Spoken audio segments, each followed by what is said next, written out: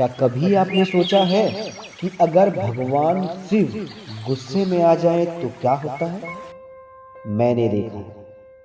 त्रिपुरा के एक जंगल के बीच एक पहाड़ की चट्टान पर उनके गुस्से का निशान आज भी मौजूद है। 99 लाख मूर्तियां एक साथ जमी दोज, एक ऐसा रहस्य जो 1000 साल से चिल्ला रहा है, लेकिन आवाज कोई नहीं सुन पाया। आप सुनोगे? सुनो, पहले बैठ जाओ और देखो ये हरियाली, ये नमी, ये सन्नाटा। ये सन्नाटा भी कितना बोलता है। मैं तुम्हें एक ऐसी जगह ले चलता हूं जो किताबों के पन्नों से निकलकर सीधे तुम्हारी रंगों की दुनिया में उतर जाएगी। कोई ऐतिहासिक तथ्य नहीं, कोई सूखा ब्यौरा नहीं, बस एक अनुभव। चलो मेरे साथ चलो, मैं तुम्हें त्रिपुरा ले चलता हूं। वो छोटा सा राज्य जो अक्सर नक्शे में ढूंढना पड़ता है, लेकिन उसकी गोद में छिपा है एक ऐसा रहस्य जो 1000 सालों से भी ज्यादा वक्त से चट्टानों में जमा है, धुंध में लिपटा है और जंगल की सांसों से ढका हुआ है। इसका नाम है उन्नाकोटी।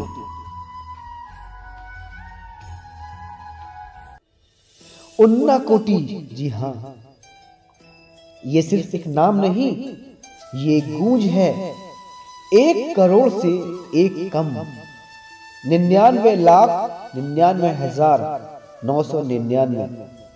ये आंकड़ा नहीं, एक कविता है, एक पहेली है।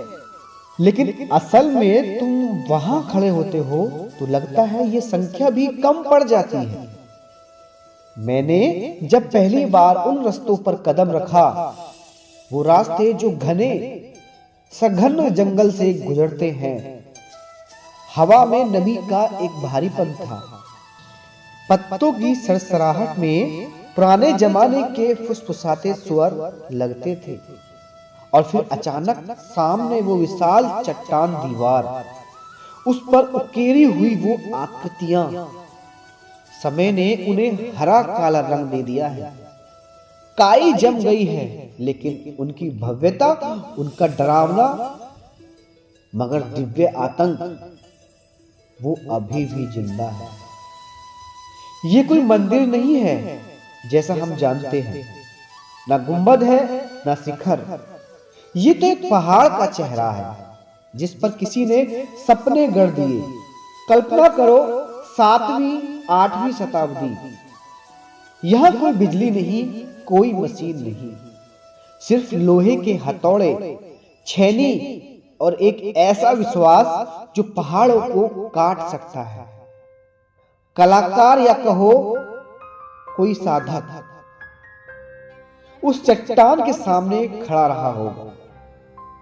उसने पहाड़ को देखा होगा और उसमें भगवान को देख लिया होगा, और फिर वर्षों तक पीढ़ी दर पीढ़ी उन्होंने उस भगवान को पहाड़ से बाहर निकाला। सबसे पहले जो नजर आता है उन्नाकोटेश्वर या शिव का विशाल मुख। ये सिर्फ एक मूर्ति नहीं, ये एक अनुभव है। 30 फीट ऊंचा, उसकी आंखें बंद हैं, लेकिन लगता है वो देख रही है। उनके माथे पर तीसरा नेत्र है और उनके जटाजूट के बीच से गंगा नहीं बल्कि एक पूरी नदी की कल्पना बह निकलती है। उनके दोनों ओर देवी देवता हैं, छोटे बड़े, जैसे कोई विशाल परिवार एक तस्वीर में सिमट गया। लेकिन शिव की उस मूर्ति को देखते वक्त मेरी रूह कहां खोई थी। ये भयभीत कर देने वाली दिव्यता है, जो चेहरा शांत है लेकिन उसमें एक ताकत है जो तुम्हें चुप करा सकती है। तुम बोल नहीं सकते, सिर्फ देख सकते हो। और फिर तुम नजर दौड़ाते हो तो पाते हो कि ये तो बस शुरुआत है। हर तरफ मूर्तियां हैं, छोटी बड़ी, कुछ पूरी तरह से उभरी हुई, कुछ धुंधली, जैसे समय ने उन्हें मिटाने की कोशिश की हो। देवी देवता, गणधर, अप्सराएं, नाग, हाथी, एक पूरा ब्रह्मांड एक पहाड़ पर समाया हुआ है। कुछ मूर्तियां इतनी ऊंचाई पर हैं कि पता नहीं वो कैसे बनाई गई होंगी। लगता है पहाड़ पर चढ़कर रस्सियों से लटककर अपनी जान को जोखिम में डालकर किसी ने ये रचना की होगी। लेकिन यहां सबसे बड़ा सवाल ये नहीं कि किसने बनाया है, सबसे बड़ा रहस्य तो ये है कि इसे अधूरा क्यों छोड़ दिया गया। तुम एक जगह जाओ, वहां एक विशाल चट्टान है जिसे सिर्फ आधा ही तराशा गया है। उसमें एक हाथी की आकृति उभर कर आधी आई और फिर रुक गई है। ऐसा लगता है जैसे कलाकार ने छेनी का आखिरी वार किया हो और बीच में ही फिर कभी वो लौटा नहीं। क्यों? क्या कोई युद्ध हुआ, कोई महामारी फैली, या फिर कुछ ऐसा हुआ जिसने उन लोगों को ये पवित्र स्थल एकदम से छोड़ने पर मजबूर कर दिया? स्थानीय आदिवासी एक कहानी सुनाते हैं। कहते हैं भगवान शिव 1 करोड़ देवी देवताओं के साथ कैलाश जा रहे थे। रास्ते में यहां रुके। शिव ने कहा, सबको सुबह सूरज निकलने से पहले जाग जाना है। लेकिन सुबह हुई तो सिर्फ शिव जागे, बाकी सब 1 करोड़ देवता सोए रहे। शिव को इतना गुस्सा आया कि उन्होंने श्राप दे दिया कि तुम सब यहां पत्थर के बनकर रह जाओ। 1 करोड़ में से मैं अकेला ही कैलाश जाऊंगा। और इस तरह यहां 1 करोड़ से 1 कम मूर्तियां रह गई। शिव की अपनी मूर्ति भी यहां है, इसलिए वो भी पत्थर हो गए। और फिर वो एक कम है क्योंकि शिव खुद तो चले गए। ये कहानी ये सिर्फ एक पौराणिक कथा नहीं है, ये उस अचानक रुक जाने, उस अधूरेपन की एक व्याख्या है। जैसे किसी ने एक सपना देखा और अचानक जाग गया। मैं वहां अकेला बैठा रहा। शाम ढल रही है, पहाड़ों की छाया लंबी होती जा रही है और तभी एक और चीज महसूस होती है। ये स्थान सिर्फ हिंदू नहीं, इन मूर्तियों में एक अजीब सा मेल देखने को मिलता है। कुछ मूर्तियों की मुद्राएं बौद्ध शिल्प कला जैसी हैं, कुछ में तांत्रिक साधना के प्रतीक हैं, कुछ स्थानीय आदिवासी देवताओं जैसे लगते हैं।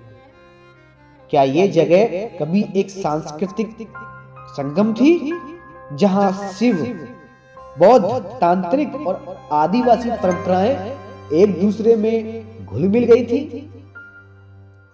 ये पहाड़ शायद एक विशाल विश्वविद्यालय था, एक स्थल जहां अलग अलग मतों के लोग आते थे और अपने अपने ईश्वर को एक ही पत्थर में उतार देते थे।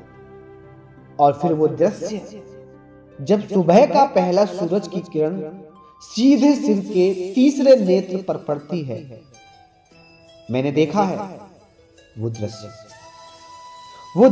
किसी अलौकिक घटना से कम नहीं।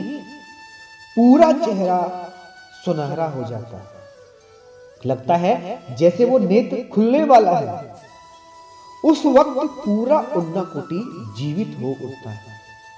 वो मूर्तियां सिर्फ पत्थर नहीं रह जाती, वो देख रही होती हैं, शायद हमें ही दिख रही होती हैं, जो 1000 साल बाद आ जाए। उनके रहस्यों को सुलझाने की कोशिश कर रहे हैं। आज भारतीय पुरातत्व सर्वेक्षण ने इस जगह को संभाला, लेकिन अभी भी जंगल इतना दावा छोड़ना नहीं चाहता। नमी, काई, जड़ें, ये सब मिलकर इन मूर्तियों को वापस अपने में समेटने पर तुली है। ये एक लड़ाई है, इतिहास और प्रकृति की लड़ाई, और शायद यही इसकी नियति है। जिस तरह से इसे अचानक छोड़ा गया, उसी तरह प्रकृति इसे धीरे धीरे वापस ले रही है। तो क्या सच में यहाँ 99 लाख मूर्तियां हैं? शायद नहीं, और शायद कभी थी, और समय ने उनमें से ज्यादातर को मिटा दिया, या शायद ये संख्या प्रतीकात्मक है। 1 करोड़ यानी अनंत, और 1 कम यानी मनुष्य की पहुंच से परे, लेकिन उसकी कल्पना से 1 कम। ये संख्या हमें बताती है कि ये ईश्वर का घर है, लेकिन ईश्वर को पूरा जानना असंभव है।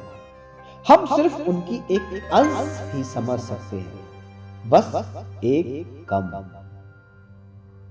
जब तुम वहां से लौटोगे तो एक अजीब सा खालीपन लेकर लौटो। ये खालीपन उस प्रश्न का है जिसका उत्तर नहीं है, उस अधूरे हाथी का जो हमेशा के लिए पत्थर में कैद होकर रह गए, उन हजारों चेहरों का जिनके नाम और कहानियां हम कभी नहीं जान पाएंगे। इसलिए मैं तुमसे कहता हूं, उन्नाकोटी को इतिहास की किताब से नहीं, अपनी कल्पनाओं में ढूंढो। ये सिर्फ एक पर्यटन स्थल नहीं, ये एक भावना है। वो भावना जो तब उठती है जब तुम किसी ऐसी चीज के सामने खड़े होते हो जो इंसानी समझ से भी परे है, जो बताती है कि हम कितने छोटे हैं और हमारे पूर्वज कितने महान थे, जिन्होंने पहाड़ों में भगवान शिव तराश लिए।